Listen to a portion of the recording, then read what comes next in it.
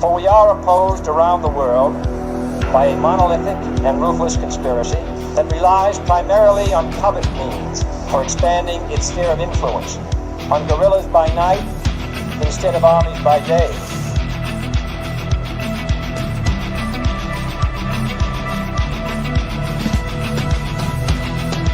On infiltration instead of invasion, on subversion instead of elections. If I were the devil, I'd take from those who have and give to those who want it until I had killed the incentive of the ambitious.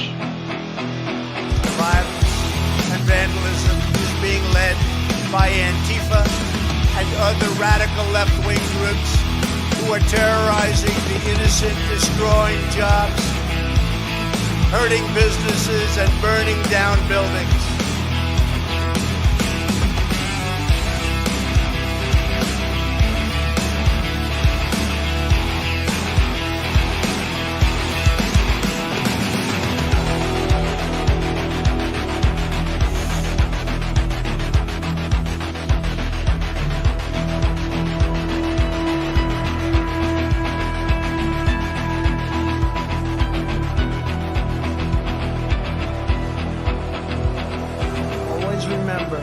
They are coming after me because I am fighting for you. That's what's happening.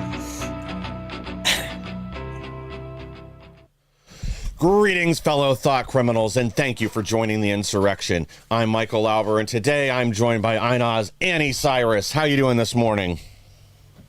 Peachy. No, I'm just hanging in there. I'm lying. I'm hanging in there. That is better than the alternative. And it is Friday. And we survived Juneteenth. I'm still not sure what you're supposed to do. Do you put up your Juneteenth lights, decorate your Juneteenth tree? I'm still not sure what we're supposed to do for that. But hey, it's a holiday, and I'll take it. But wait, did you get a day off? Because I didn't. No, I didn't either. I actually forgot. It's not forgot. a holiday unless you get a day off. I forgot it was Juneteenth yesterday until whatever point towards the end of the episode where I said something. I wished our guest yesterday, Ryan Morrow, a happy Juneteenth because I saw something flash on my phone about it. So, yeah, I guess I'm not respecting the day. But we've got a very special guest with us today. And actually, you are much more familiar with her than I am. So if you could provide a brief introduction for me. I had a feeling. Wait, did you ask me to join you so I could pronounce her name for you? I knew it. I knew that was the deal. Okay, joining us today is one of my very dearest friends, also fellow Iranian American, who was not born in Iran. She was born here in America. However, she was born to an Iranian parents. She has a very fabulous story, which we will let her tell the story herself. Her name is Hedieh Mirahmadi. She is an author. She's my sister in Christ, and she has some really good insight when it comes to our own government, their involvement and thought process when it comes to, well, foreign policy and regime changes. Welcome to the show, Hedieh John. Thank you so much for having me. Great to be with you both. Well, and thank you for being here. And I guess also, could you kind of provide our audience with a little information about your insight into our government and Iran's? Well, sure. I actually have been a federal contractor for 20 plus years. I lived in DC, traveled to 37 countries, worked under 5 presidential administrations for nearly every branch of the US government other than the CIA. My last stint was at FBI headquarters, and it was during Trump's first term. Once he got elected, the program that I was hired to orchestrate, to scale and replicate across the country of preventing violent extremism program, as it was called, which was geared towards Islamic terrorism, but not called that, of course, was shut down as a result of Russiagate. And so I went off to become a manager for a Trump surrogate on the road shows at the rallies. And then I moved back to California and met Jesus and started my ministry. That's awesome. Well, we've got a lot to discuss. There's obviously a lot going on. And one of the things I don't quite know how to put it, but, you know, the amount of information that we're getting out of what's happening in Iran, like every night for the last 3 nights, I've seen stories flash that U.S. stealth bombers, B-2 Spirits, have launched, and then they turned off their transponders. The last 2 nights, we've gotten stories that Israel's finally struck the Ayatollah's bunker. But so far, I don't think those have been true. Now, I do think the stealths went up. They do appear to be doing practice runs, we'll say, where they're flying out, mimicking the path they would go towards targets in Iran, but instead flying out over open ocean and then returning to Diego Garcia. But I do think a strike is probably imminent. But I want to go ahead and start with your brand new Substack over here. Aynaz, history doesn't fit in a soundbite, because this is really a brilliant piece. Well, thank you. Yes, you can find it is right now. As of right now, it's my top post on my Substack, which is liveuptofreedom.substack.com, and it is for free. So this is a free piece. But about 2 or 3 days ago, I want to say 2 days ago, Michael, our mutual friend Miriam Shaw sent me a text with a link to a Rumble video saying, "What are your thoughts about his thought process?" So I click, and it's Charlie Kirk on a 4.5-minute video, which was cut from his monologue of his day before show, making a point, which I 100% agree with. We should not get involved with this war. We should not get involved with regime change. Wonderful point, right? But then he goes on for 4 minutes telling his audience why we shouldn't. And the more I listen, I'm like, what? In less than 5 minutes, Charlie Kirk's butchered 58 years of Iranian history, made Reza Shah, the first Pahlavi, an absolute puppet of US, then made Mossadegh one of the most decent human beings who gave up his life to protect Iran's constitution back then. He made him to be a bad guy who was a communist-ish guy. And then he made the last Shah of Iran as this weak, very ill, irrelevant puppet of US again. And I'm like, I wrote back to Miriam and said, every single historical fact he used, absolutely inaccurate. Move on with my day. And I'm like, I can't. I really like what Charlie Kirk is doing with countering the propaganda and the leftist mindset and wokeism in our colleges. But I'm like, I'm sorry, Charlie, not this time. So I sat there for 2 full days. On the Substack, you'll see his video is embedded, so people can confirm that I didn't make things up. Line by line, I broke his entire script, and I counter him with the truth and the fact of what really happened. And by the way, so I want to be very clear. This isn't me picking a fight with Charlie Kirk. No, this is me saying no matter how afraid of an upcoming war you are, you don't get to erase people's. This is what Islam does. Yeah. What Charlie Kirk just did without knowing, so I'm not saying this was his agenda, but he literally just did what Islam does. He wiped our personality and identity. It was just unbelievable. So I countered what he said, and then I went and got one of his own TikTok videos at a campus that he was on December 10, 2024, so 7 months ago. Mm-hmm. An Iranian student asked him a question, and Charlie's like, okay, what is your background? It's like, Iranian. It's like, great example. He goes on that TikTok for a minute, praising and admittedly saying Iranians have been the most successful immigration group in American history.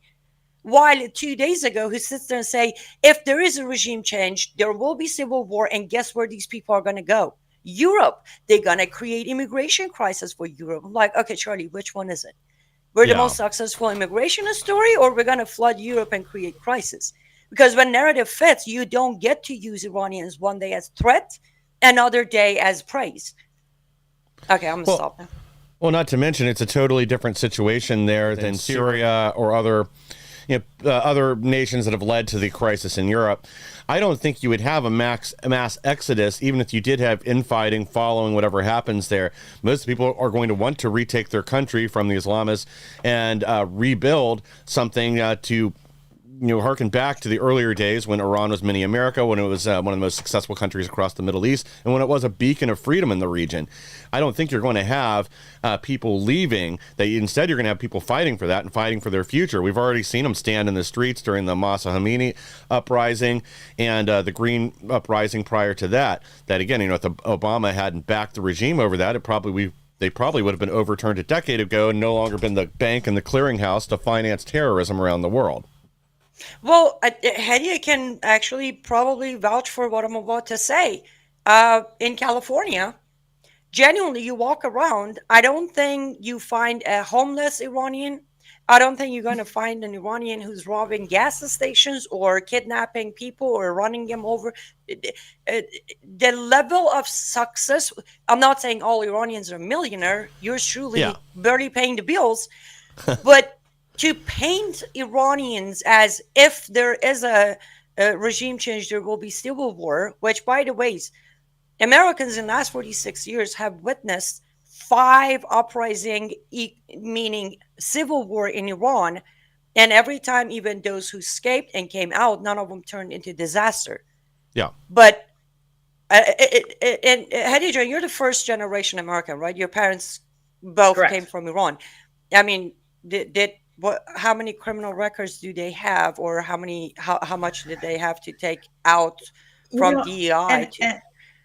and you're absolutely right, Annie. I think the problem is with the understand. It was the Arabization of Iran, the advent of Islam that came to Iran that basically bastardized the way the world looks at Iran. So Persian civilization, all the way back to the Bible, 3,000 years of history, of 2,500, and it's a thriving civilization. And so people often lump us together with Arabs and North Africans and all these other, it's all the Muslims. And so it's not really understanding the richness depth of Iranian culture. Not to discount that there are Islamic radicals, obviously, look at the Ayatollahs, but for the most part, I think it is an open society. The culture is open. And so when you remove the oppression of Islam off of the Iranian people, they flourish. Yeah. And Exactly. I think that's what we saw in the United States. And sorry, Annie, go ahead. I cut you off. No, that's yeah, exactly. That and that's why well, two reasons I wrote this piece. Number one, I really am getting sick and tired of the new generation of conservative, educated talking heads repeating the same text of the propaganda that toppled the regime by claiming Mossadegh was some communist and Reza Shah was some puppet. So that was one. But the second part was stop, because in that video, he says, look what happened in Iraq, look what happened in Libya. We aren't Arabs. We're not. And this isn't coming out of me as a racist. It's just factual. Yes, we failed in Iraq because, first of all, we had no plan. We just went in because we could. Secondly, Iraqis weren't trying to topple Saddam Hussein. A lot of them weren't happy with him, but they still had loyalty to him. So when you forcefully removed him from power, they lashed out and fight us. Iranians have proven to want to get rid of this regime over and over and over. So it's very frustrating when someone with millions of followers like Charlie Kirk's sits there. And again, the sad part is I agree with his goal, achieving the goal of let's not go to war. Let's not be part of the regime change. But when he puts down the microphone, washes his hands off Iranian people he just praised a few months ago and say they want a regime change, let them go get it. Well, you just admitted that we ruined these people's life, including myself. They're not asking for much. They're just asking for those of us with a microphone to be their voice. Why do you have to bash their existence because you're so afraid we might go to war? Oh, and to me, too, it seems better to embrace the reality and the real history. And the Persian people have stood up to oppression for a long time and have wanted freedom in Iran. That seems to me to be the more important message to focus on than this misconstrued take on history that he put forward. That, again, if anything, we want to prop up the people that will be this generation's freedom fighters and get them out from under the Islamic boot they've been living under since 1979. So, and again, I keep going back to the point that not only is this good for the Iranian people, this is good for the world. You eliminate the Islamic government, that eliminates this bank and clearinghouse and all the institutional knowledge that is there for terrorism around the world. Because, again, as we've discussed ad nauseum, Hezbollah, Hamas, Islamic Jihad, all these, they're all just different flavors of the same group, but they're primarily taking their orders out of Tehran, from the mullahs and the Ayatollah. That's who's really directing operations and financing them. And it's not just in the Middle East, it's around the world. And it may not be every single group, but they at least have their fingers in the pie on every one of these around the world, that they are the ones calling the shots and making the decision. So eliminating that government, eliminating all the knowledge that they have, all the contacts they have, their ability to finance, that makes the entire world a safer place. Exactly. And I'd like to mention another thing. All the infighting, the MAGA infighting, is driving me bananas. And and what I love about Annie's post, and I read it, you blew my mind, honestly. I was a history major. I studied under Sanford Shaw, which was this great historian at UCLA, and I realized probably 60% of what he taught me was a lie. So we're constantly being red-pilled over what actually is the truth of history. So I admit my own ignorance in that sense, because a lot of what you outlined, I didn't even know. So what MAGA is going after with this infighting are these sound bites that are really often very ignorant and lack precision. So everybody knows we don't want boots on the ground. I think we all agree we don't want American lives lost, that we don't want the American army going in. But yet we can't have a nuanced conversation about what would regime change look like. We all want regime change, but none of us want it with America installing a puppet. So why can't we have a sophisticated conversation about what we all actually agree on? It's become ludicrous, and I don't understand if it's just for likes or viewership, or there really are this lack of depth in discussion and the ability to parcel out these issues in a sophisticated way. Well, I think you're honestly. Go ahead. Sorry, Michael, you go first. Well, I think you really hit on the main problem. It's the sound bites. I think that's really what's driving it more than anything else, is everybody wants to get that little hit. They want to get that bump on social media, maybe have the dinosaur media discuss whatever they said. And their goals totally different. Our media that's highlighting this right now, they want these rifts within the America First, the MAGA movement. They want to sow division, because especially right now as the Democrats are falling apart. I mean, we had a story yesterday where they're now one of their own polls from, I think it was Marist, now says that Democrat Party approval is at 21%. Now, that's what some other polls like Rasmussen and others have been saying for weeks now, but the fact that even left-leaning polls are now, Trafalgar and Marist are now reporting the same thing, that tells you like they're in free fall and disarray. So our media definitely wants to shift that onto the Republicans, because there is major division there too. But you're exactly right too, that we don't want boots on the ground, but where there is some room to discuss things in the current state of play, I think, is with providing these bunker busters that Israel wants to either hit turn Khomeini's bunker into his tomb, or to eliminate the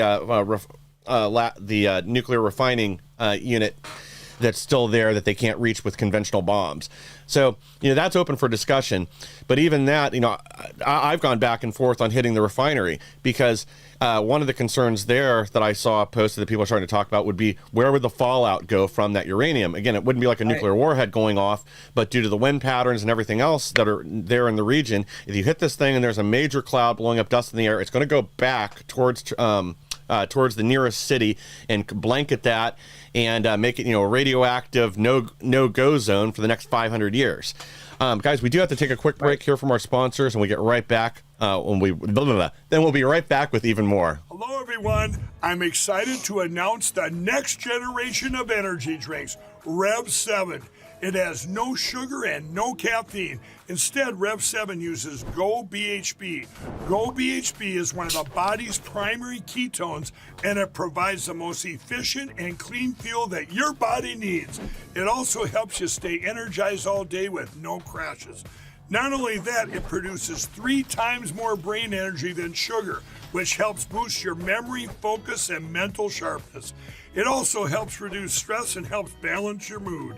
Rev 7 does all that while being the best tasting energy drink ever. So go to mypillow.com or call the number on your screen.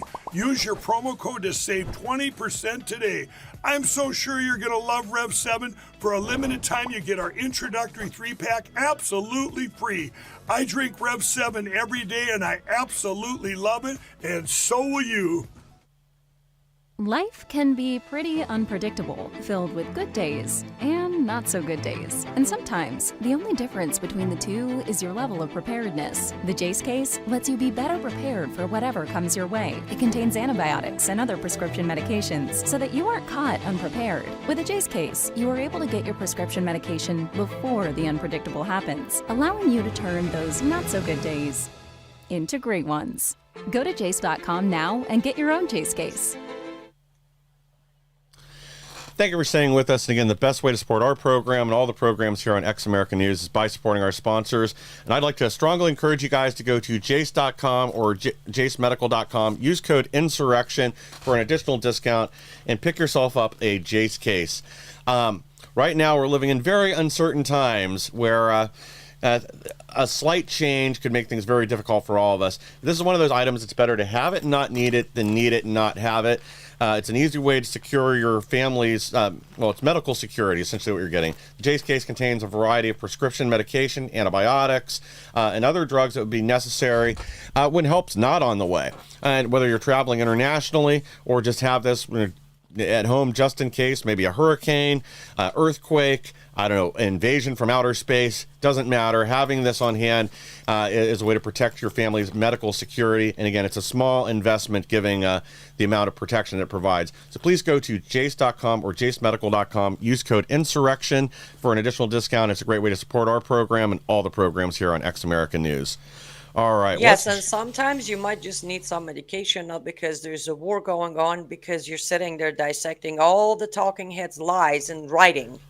And then you're just having a headache, your neck is shifted again, and then your teeth is hurting. You need to have access because you want to continue the mission, right?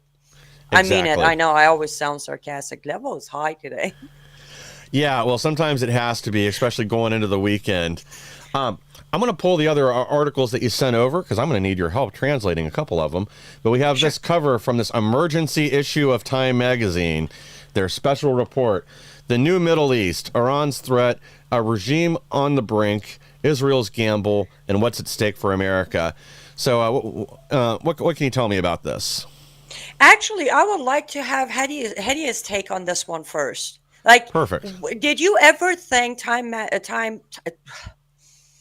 let me try that. Times magazine would have an emergency issue to literally say new Middle East, a regime on the brink of collapse? Did you ever, Hedieh, think we would see that in our lifetime? In all fairness, I have not read the article, so I don't know what kind of ideas they put forward, but there's obviously a double-edged sword there. I think they want to imply that Trump will be a warmonger and create a new Middle East, but yet give a glimmer of hope if the new Middle East is good. So I think that's really a play that they went on by putting it that way. But so it's interesting to me to think about the jihadi control of Syria, of Afghanistan, of Iraq, the Neo-Ottoman Empire under Turkey, and then a new Iran. Like, what will that balance of power look like? Is it going to be, I'd like to believe, Christian revival in Iran if the mullahs fall, but what is the rest of that dynamic going to look like? In terms of what a lot of prophecy people are saying is that this could be the opportunity for peace and safety in Israel, because between the Abraham Accords and in Iran, there'd be safety for Israel. So I think there's some potentially very cool things on the horizon. Well, I think you're exactly right, and you hit on something really important there. That shifting the regime there, I think, will spread peace through the region, because it's also going to take pressure off some of the other countries that have been, maybe somewhat reluctantly backing or not standing against some of these violent movements. It also is going to have the effect of spreading freedom. As their neighbors see what's going on there, the people are going to want to increase freedom, less oppression. And I think that's going to, that could have one or two effects. You could have some nations, like I could see Afghanistan, trying to totally isolate themselves from that so they can maintain the strict military control and religious control they have over the people now. But I think it would probably spread freedom and opportunity through a lot of other nations through there that don't have the same degree, I guess, of loyalty. That's not really the right word. what's the right word I'm looking for, but that they don't have that same degree of control. Devotion. Yeah, devotion. There you go. I think that's putting it well.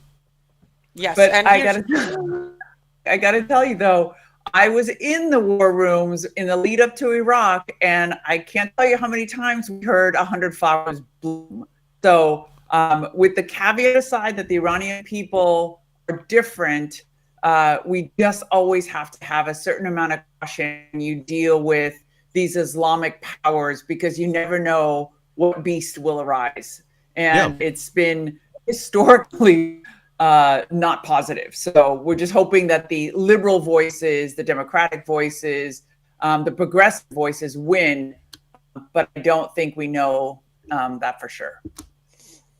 yes, but another thing we could, if we go through history again, historically, when I am done saying when the regime in Iran is toppled.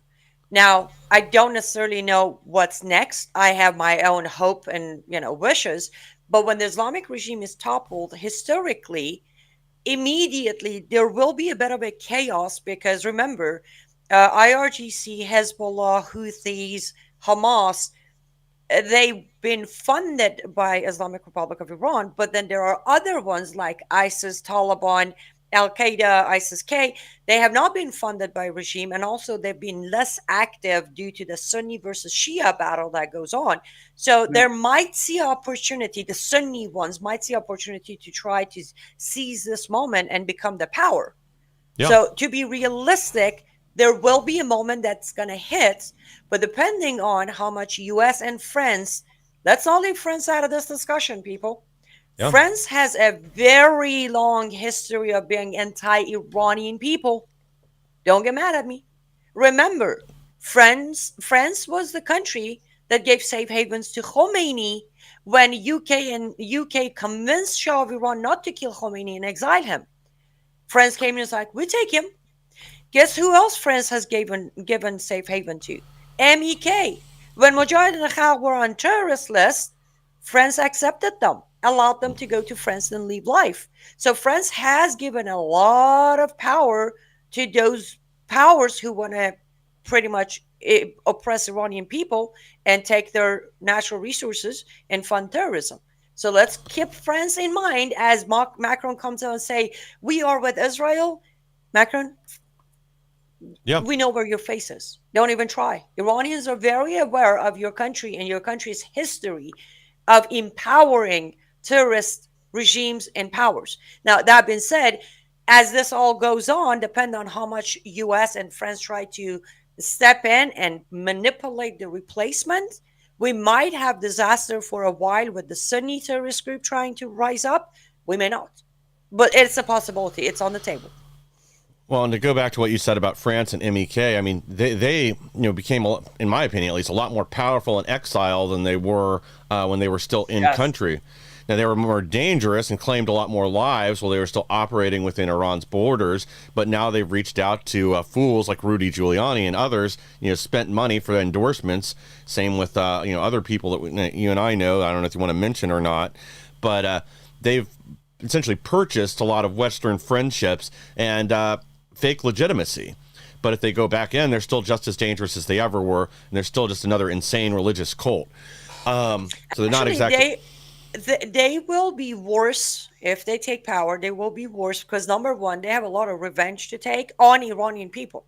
Because when Iran-Iraq war was going on and Saddam Hussein gave safe haven for, I'm using this word too much, that's all right, it's Friday morning, to MEK members and gave them the whole land to build their military operation on, they in return helped Saddam Hussein by giving him literally maps of underground ways to come into Iran from the south side and conquer. When that happened, Iranian people who were fighting for the country at that point, not for the regime, I want to be very clear.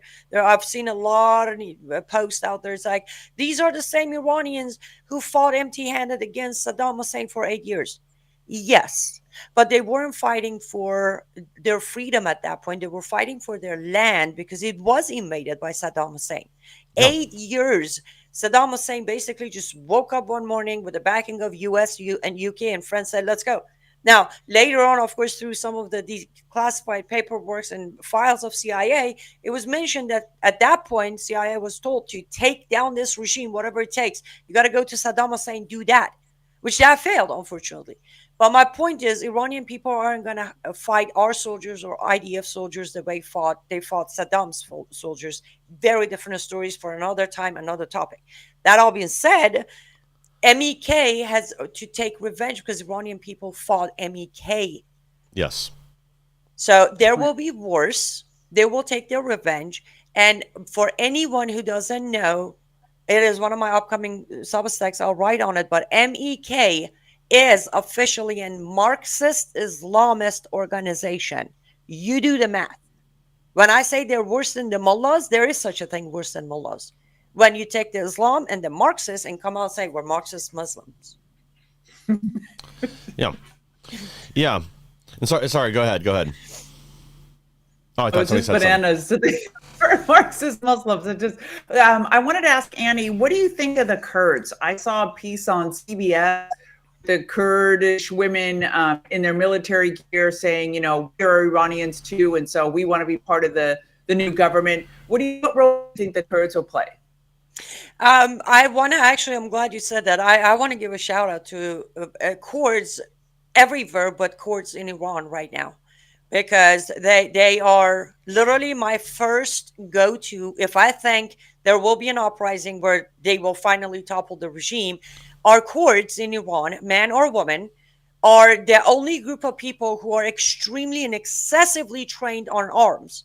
They can pick up any weapon and go for it.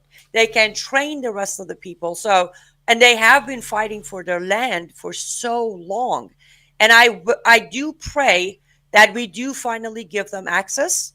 Whomever is the transitional government or the new government or the temporary government, we do need to consider Kurds in government. We do. They have played a huge role. So they'll be a positive force. Absolutely. Do we have Kurds who are part of Komale, which is another, communist group? Yes. But as a general picture, even during the 8 years of Iran-Iraq war, Kurds, they held up the front line. The Iranian Kurds have played a huge role in keeping our borders safe while IRGC has failed over and over. So I think they deserve a seat at the table in our government, without a doubt. Well, I mean, that's good insight, and I have seen some videos already too of from Iraq of Kurds moving weaponry and other things over to the border, preparing for a fight to take down whatever remains of the IRGC once the bombing campaign ends or scales back. Now, and could I just add one more thing, Michael? Because of course. Playing devil's advocate for anyone, especially Iranians right now, if you're listening, if you're worried that Kurds, especially Kermanshah and Kurdistan, are gonna have their own uprising and try to split the country and take their land, right, I guarantee you that's not gonna happen. Reasoning, if you again go back to history, during Reza Shah, the first Pahlavi king, during Reza Shah, he actually had a great relationship with Kurds. There were conflicts between 51 and 56 between Komales, who were the communists, or Tudeh, which had Kurd members in it. But generally, Kurds were not trying to take their own province away. The entire fight started after the Islamic Revolution. Why? Because they became second-class citizens, not just based on the fact that they were Kurds, but because also majority of them are not Shia Muslim. So they started facing persecution on the Islamic Republic. That's why they started kind of building up their coalition with the Iraqi Kurds, Turkish Kurds, Uzbekistan Kurds. That's when it happened.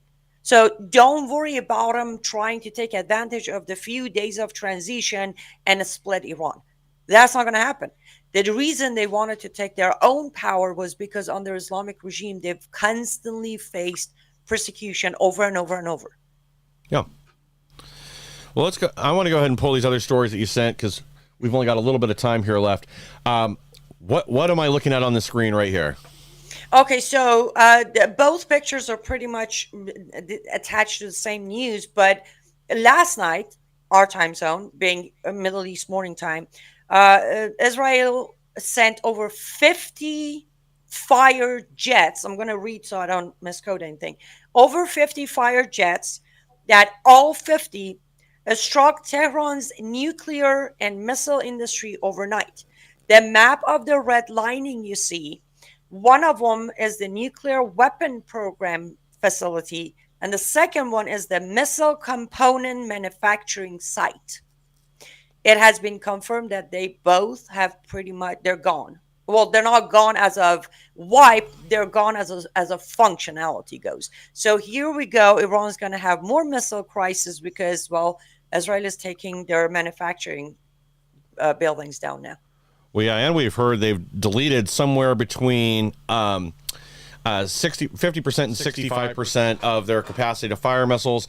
The other thing that I've seen floated around is that they suspect that Iran only has somewhere between 1,200 and 1,500 functional missiles and rockets left, an unknown number of drones, and very reduced capacity to even launch these, considering that how many of their actual launchers are toast, how many other ones are just trapped in the mountains, unable to get additional munitions up to them even if they wanted to use them. So, I mean, it sounds like...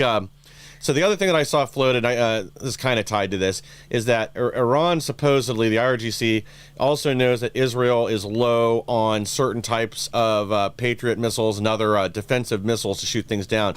So that they're waiting for Israel to run out completely, and then that's when this big attack is finally going to happen. Is there any truth to that at all? Because to me, that sounds pretty far-fetched.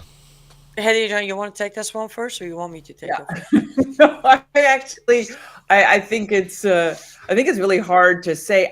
It reminds me of all the saber rattling that Saddam Hussein did too. These dictators like to threaten us in a way that is just unrealistic, and they like to threaten the world in a way that's unrealistic. I think Israel's military sophistication is enough to know whether their capabilities have been reduced or not, and I think it's them just trying to scare the world, and I don't think it's realistic. Yeah, that's kind of my opinion on this, and sorry, then I'll go over to you, Annie. But I kind of feel like by the time Israel's out of the Patriot missile or whichever one it is that it's running out of and unable to resupply, because this was another ongoing problem even going back to following October 7th. We knew that the Biden regime never increased production capacity, and they were only able to make 21 Patriots per month ongoing, and it took Trump getting back into office to increase that capacity, and I don't know if they have yet, because they need to hire and train a lot of people to increase the number of missiles that they can churn out. But anyway, I kind of feel like if they get to the point where Israel's out of some of these defensive missiles, I don't think Iran's going to have any launchers left to fire them. They might have 1,500 missiles, but these aren't like bottle rockets. They can't just go out and like light a fuse and have it take off and hit the target, not to mention diminished capacity for targeting. Not that targeting seems to be a high priority for the IRGC anyway. You know, the joke I made the other day is, Israel's trying to get missiles to strike within a few meters, and Iran apparently just shoots for a postal code. Yes, and here's the thing. Let's go over something on, Lord help me, Monday. On Monday, Israel hit a target in Mashhad. Now, on the map, if you look, this is Israel. This is Mashhad, all the way northeast of Iran. Okay, the distance they had to shoot was 2,300 kilometers. Okay, successfully landed. And we're like, woohoo! Now, let's break down the power versus power. And by the way, when I say woohoo for Mashhad and Qom are the most holy cities. Yeah. I don't want to use that word, Hedieh, because they're not holy. But to them, it's holy. Okay, fine. Sacred. They're holy, right? Sacred. So Sacred. What they targeted, and I know as a Christian, this is terrible. I shouldn't say this, but what they targeted was one of the IRGC facilities, but like an inch over exaggerating on the inch. They could have hit Imam Reza, their 8th Imam's shrine. And I'm like, couldn't you miss by an inch over here? Anyhow, that's just all my personal bias emotions getting involved. I have such bad memories from Mashhad that anyways, back to it. As of right now, admitted by IRGC itself on the show off, the longest range missile they have, known as Khorramshahr or Khaybar, can go 2,000 kilometers. Correct. Israel already demonstrated, hit the target in 2,300 kilometers. Iran hasn't even, they claim they have Khaybar available or Khorramshahr 4 available. They did do a public demonstration in 2023, I want to say September, October-ish, showing it off. Do we know we have enough of that? No. But here's the thing. When it can go 2,000 kilometers, let's say they're waiting for Israel to run out of everything, right? Even patience. I don't know when they're going to run out of patience, but I hope they will run out of patience yesterday. Yeah. Iran decides to use their Khorramshahr based on their own saying that they have more than 200 of Khorramshahr missiles. Okay. They need to launch this from literally from Tehran to be able to reach the entire width of Israel. Okay. Even if they would somehow manage to get all the way to the border, they still couldn't hit the south of Israel at all. It would need more than 2,000 kilometers. But even if they do, right now there is a zero. Admittedly, by IRIB, Islamic Republic of Iran Broadcasting, there are no missiles being launched from Tehran because there's nothing left in Tehran for them to launch from. Launchers are hit, missile storages are hit, IRGC headquarters are hit, Quds forces are hit, Khamenei is hiding in Levizan. So the closest they have been able to shoot missiles from have been Esfahan, which they have managed to launch up to 8, that 3 ended up misfiring, 5 ended up passing border into Israel. So the logic of their waiting, first of all, what are they waiting for? 2/3 of their military is gone. Yeah. The replacement of chief of IRGC was taken out yesterday again. Who's going to give the order to launch Khorramshahr missiles anyways? So yes, I said all of that because I'm trying to not create this, oh, she's so emotionally involved, she's just saying, no way. I'm giving all these names and ranges to say I have facts to prove there is nothing for them to wait for. Everything you hear is the last attempt to try to survive, to try to get other people to help them, other countries to come in, because they got these 200 Khorramshahr missiles that's going to wipe Israel. That's not going to happen. No, I don't think so either. We do have to take one more quick break, hear from our sponsors, and then be right back with even more. Well, hello, everybody. It's Cyrus. Welcome to my art studio where all the magic happens. This is the station for painting, and that is the station for all the resin art I do. If you want to check out my art, all you gotta do is go to lutfstudio.com.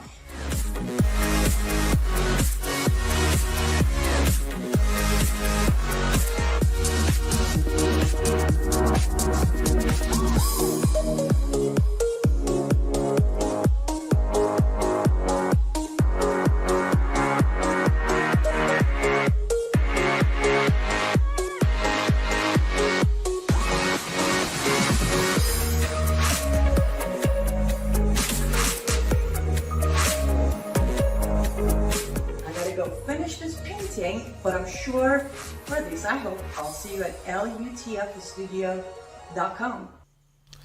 Hey, no, guys, I familiar. promise that painting was done. That was done 3 years ago. Every time we run that ad, people are like, is that painting done yet?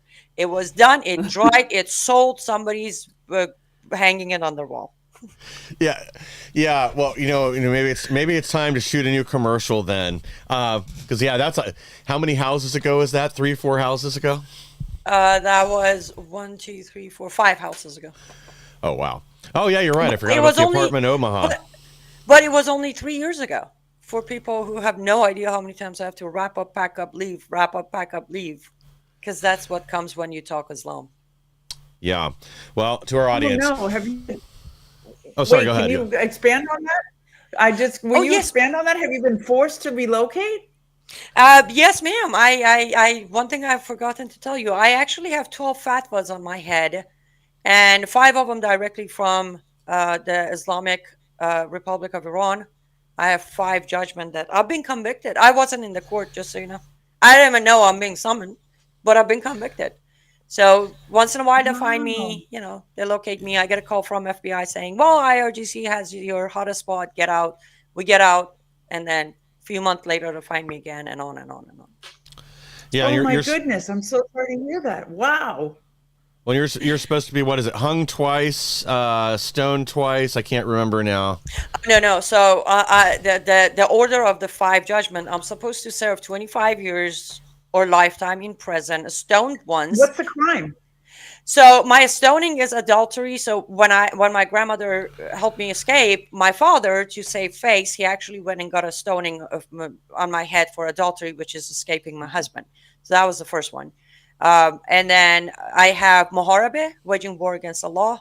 I have propaganda against the regime. I have the apostasy. And that it actually went really worse when I publicly came out saying that I've been saved. So not only I left Islam, but then I became a Christian. And then I also have the propaganda against Supreme Leader, Mr. Khamenei. Those are my crimes. Wow. Yes. But yeah, I'm supposed to serve lifetime in prison, stoned once, hung twice, and then firing a squad to kill me.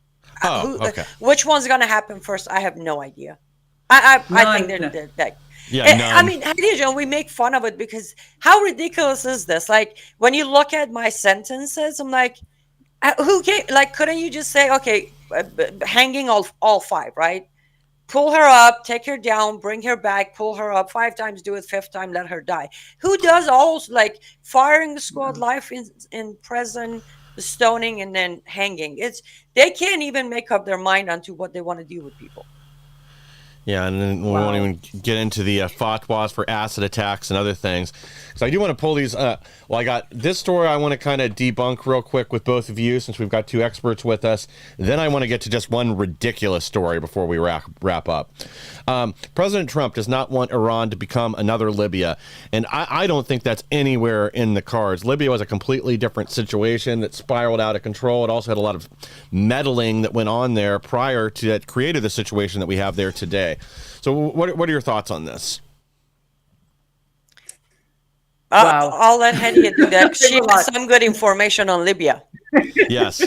What's the truth? I was part of a number of delegations that went to Libya. I met with Muammar Gaddafi. He was trying to revamp his image. He was sending he paid millions of dollars to a consulting firm to bring conservatives over to him to plead for his life and basically say, I hate the jihadists. I want nothing to do with this.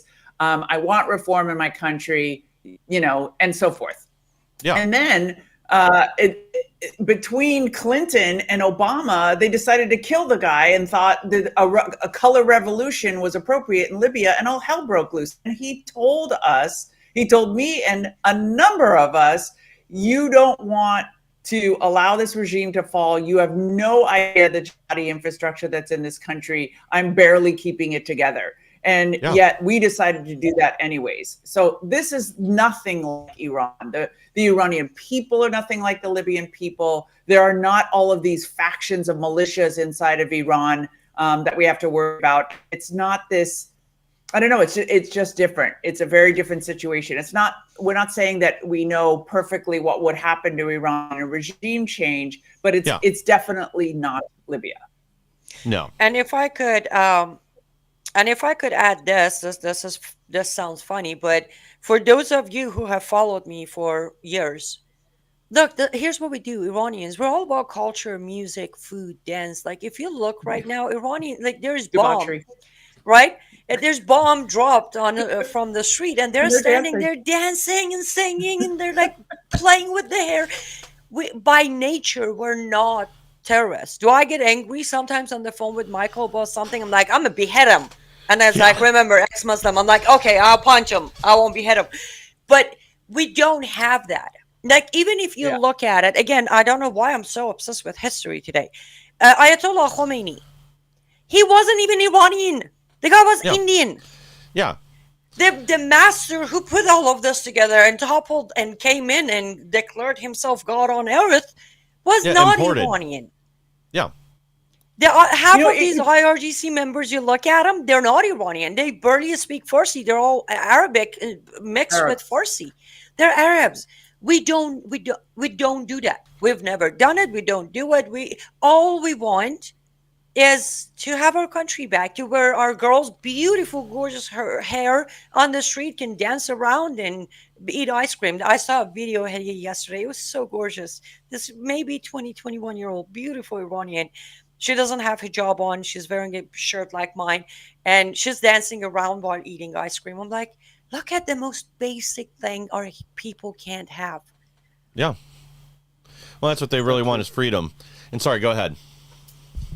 No, I think it's what's annoying for Iranians is for the world to look at it. It's like comparing China and Japan and saying there's a bunch of Buddhists and whatever happens in Japan is going to happen in China. What happens in China is going to happen in Japan. You're like, we are completely different civilizations. Yeah. It's a different culture. It's a different background. There's a veneer of Islam on top of it, but understand the people, understand the culture. And again, it's a 2,500-year-old civilization. Look at the way it's been run, look at its history, and try to understand the people for who they are, not the Arabization that has been placed on top of them and all of these imported leaders that try to control the people. It's very, very different than Libya.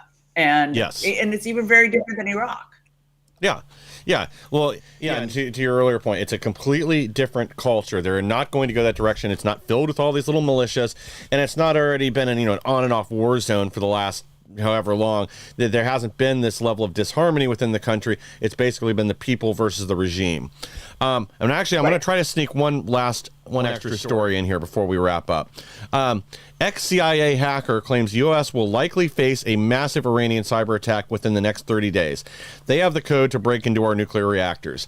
Is there any truth to this right now? Because, honestly, I mean, I know that they had a very capable cyber division there, but I don't know if they would do something right now because they would fear the consequences, especially if that meant right now the U.S. isn't involved with bombing or on the ground. I'm sure we're probably providing some intelligence. But if something like this happens, we're involved. We may not have boots on the ground, but expect some bunker busters. Any thoughts on that? Or yeah, I mean, I to me, I think it's just everybody's screaming from their microphones in their basement, making up stuff. I mean, even, I don't know what you all think about QAnon, but even the guy with the mask has reappeared saying that, store food, the world is coming to an end. Like, oh no, you've come back, So it's just people shooting from the hip, and who knows if any of this issue. I mean, the possibility of an EMP bomb, a pulse bomb, has been around for as long as I've been in, so about 30 years or 25 years. So it's the continued talk of that. Of course, yes, it exists, but I think people know that if they were to do anything like that, if they were to do anything close, Trump would bomb them into next Tuesday. So I can't see that happening. Pretty much. All right, what are your thoughts? Laughing over there. I mean, the Iranian hackers are so busy right now. Okay, the Sepah Bank has been hacked. Sepah is IRGC. The Sepah Bank has been hacked. The Millat Bank has been hacked. Every single system of morality police headquarters has been hacked. Hackers are busy, people. Don't worry. They're not coming for our nuke. They're not hacking us. If it's talking about Iranian regime-backed hackers, who's going to give them the order to hack? Remember, supremely, they're hiding in a bunker. Most of the head commanders of IRGC, well, they used to have heads. They don't have it anymore. Who's going to issue the order of hacking? I agree with Hedieh. It's just like right now is that clickbait moment, right? Let me say something to get the clicks and then get the monetization. Stop, people. Calm down. 7 days ago, Friday morning, I came on air and I said, I want my fellow Americans to just take a deep breath. We are okay. We are all right. We are not getting involved with war unless they decide to come after us through Middle East bases because China asked Iran to drag us into it. Otherwise, there is no way we're going to get involved. Everybody's still waiting for President Trump to make a decision. I told everybody he made his decision day one. He's just sitting this one out. Just calm down. Stop spreading ridiculous comments. And just because you're ex-CIA, that gives you no credibility in my book. True. Yeah, I kind of feel like right now, any IRGC hackers that haven't already had their face-to-face with Allah, they're probably too busy playing tech support right now, considering you have hackers from Israel, others from around the world that have, as you said, taken down their banking system, hacked their TV stations, hacked radio stations, hacked cell phones to send out messages. They have way more on their plate than they can deal with, and I imagine a lot of them are constantly looking out for drones, bombs, missiles, and whatever else at the moment. So if any of them do decide to grab the courage to go it alone and try to hack something here, that there's going to be very swift and permanent consequences. Well, I got one last story I want to get your feedback on, because we didn't get to this yesterday, and it's still just as ridiculous. Whoopi Goldberg says blacks are oppressed in the U.S. just as much as Iranians under the totalitarian regime in the View debate. Any thoughts on this? Let's go to you first, Annie. You really want me to tell you my thoughts on this? Are you Absolutely. sure are you sure you don't want me to do it off air? Go for it. This is going to be It's good. Whoopi. Okay, first of all, Whoopi now you suddenly acknowledge the regime of Iran. Now, when Green Movement was going on, when Mass Armenian Uprising was going on, you were nowhere to be found. Now you want to acknowledge people of Iran being oppressed. Now, secondly, how dare you come out and make this a statement, not realizing you are insulting the real victims who have done the true suffering, and you're comparing your tiny, itsy bitsy, butthurt feelings because we're not all handing over all of our paycheck for you because sometimes someone in the past had a slave that had the same color as you. The level of your ignorance, the level of your self-centered ignorance is disturbing. It's disgusting. And the fact that you can go as low and so petty to minimize the pain and suffering of Iranian people. Not that I ever was a fan of you, but I'm even more disgusted by you. Yeah. I mean, it's totally delusional. I don't know if she hops in her time machine when she leaves the View every day and goes back to 1619, but it's just completely disconnected with reality. Yeah, the ridiculousness is she does it from her mansion.